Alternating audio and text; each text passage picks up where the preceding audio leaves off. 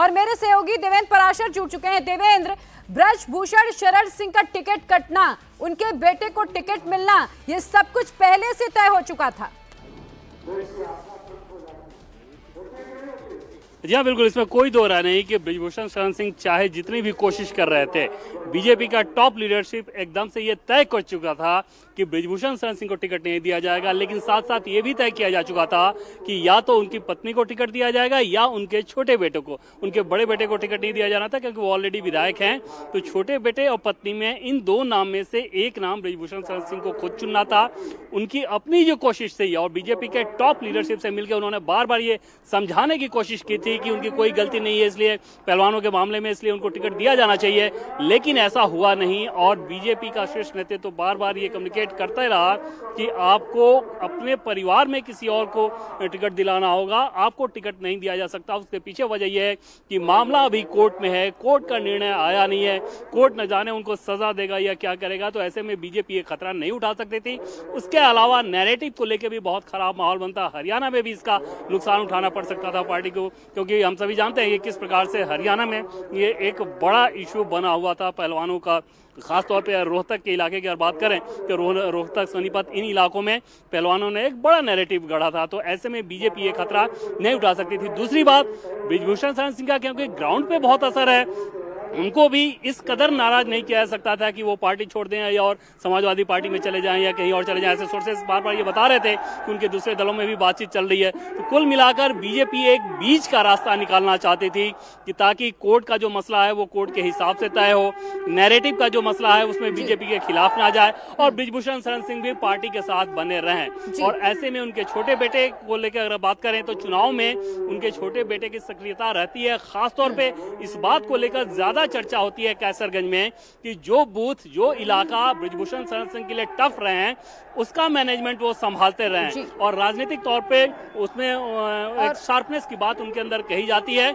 इस लिहाज से बिल्कुल। और दिनेश, देखिए देवेंद्र, अगर मैं बात करूं रायबरेली की तो दिनेश प्रताप को वहां से टिकट दिया गया है। दिनेश प्रताप के बारे में जरा जानकारी दीजिए, उनका कद कितना बड़ा है, कितने बड़े नेता हैं? क्योंकि अगर प्रियंका गांधी मैदान में उतरती हैं तो फिर दिनेश प्रताप की क्या स्ट्रैटेजी हो सकती है?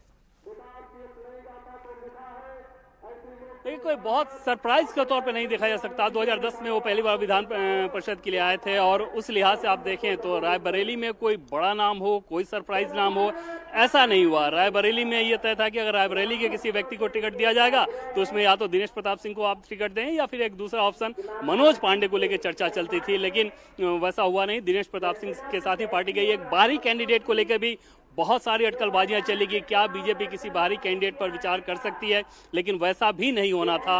और उस लिहाज से रायबरेली के अगर उम्मीदवार की बात करें तो उसमें कोई बहुत चौंकाने वाली चीज हो या कोई बड़ा नाम बीजेपी लेकर आई हो, वैसा नहीं है। उसको लोकल लेवल पे अगर आप कहें कि उस हिसाब से उसी इक्वेशन के तहत दिनेश प्रताप सिंह के नाम पर विचार करके उनको फाइनल मोहर लगाया गया है आज। जी, और अगर मैं दिनेश प्रताप की बात करूं देवेंद्र, प्रियंका गांधी अगर चुनावी मैदान में उतर जाती हैं, क्योंकि जयराम रमेश ने ये हिंट जरूर कर दिया है कि वो चाहते हैं, सीईसी ये चाहती है कि राहुल गांधी अमेठी जाएं, प्रियंका गांधी रायबरेली से चुनाव लड़ें, तो फिर पार्टी ने क्या सोचकर दिनेश प्रताप को टिकट दिया होगा? क्या सिर्फ यही मायने रखता है कि स्थानीय नेता होना चाहिए, रायबरेली से बाहर का कोई कैंडिडेट नहीं होना चाहिए? मुकाबला किस तरह से होगा?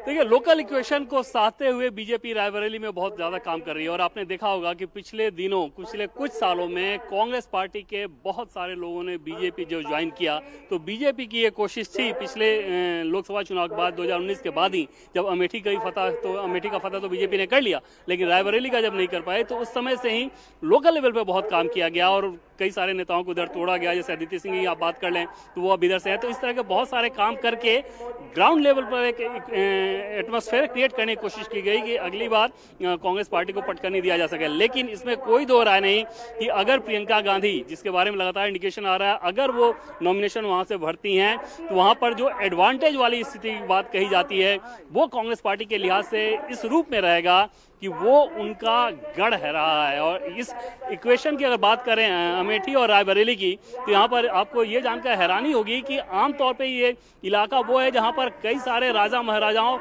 का परिवार रहा है और वो आज बड़े नेता हैं और उनके बीच पर्दे के पीछे एक अंडरस्टैंडिंग भी चलती है और वो अंडरस्टैंडिंग हमेशा से राजनीति में बहुत असर दिखाती है और वहां पर प्रियंका गांधी और कांग्रेस पार्टी को ये उम्मीद होगी कि उस अंडरस्टैंडिंग के सहारे अपने इस किले में वो बेहतर प्रदर्शन कर सकें। दूसरी तरफ बीजेपी की ये कोशिश होगी कि स्थानीय समीकरण को साधते हुए उस नेता के बारे में माहौल बनाया जाए जो रात दिन वहां पे रहता है। जैसे अमेठी में ही अभी हम लोग बात कर रहे हैं, अभी भी अमेठी में स्मृति ईरानी की एक रैली में मैं मौजूद हूँ, वहां भी ये नरेशन बार बार चल रहा है।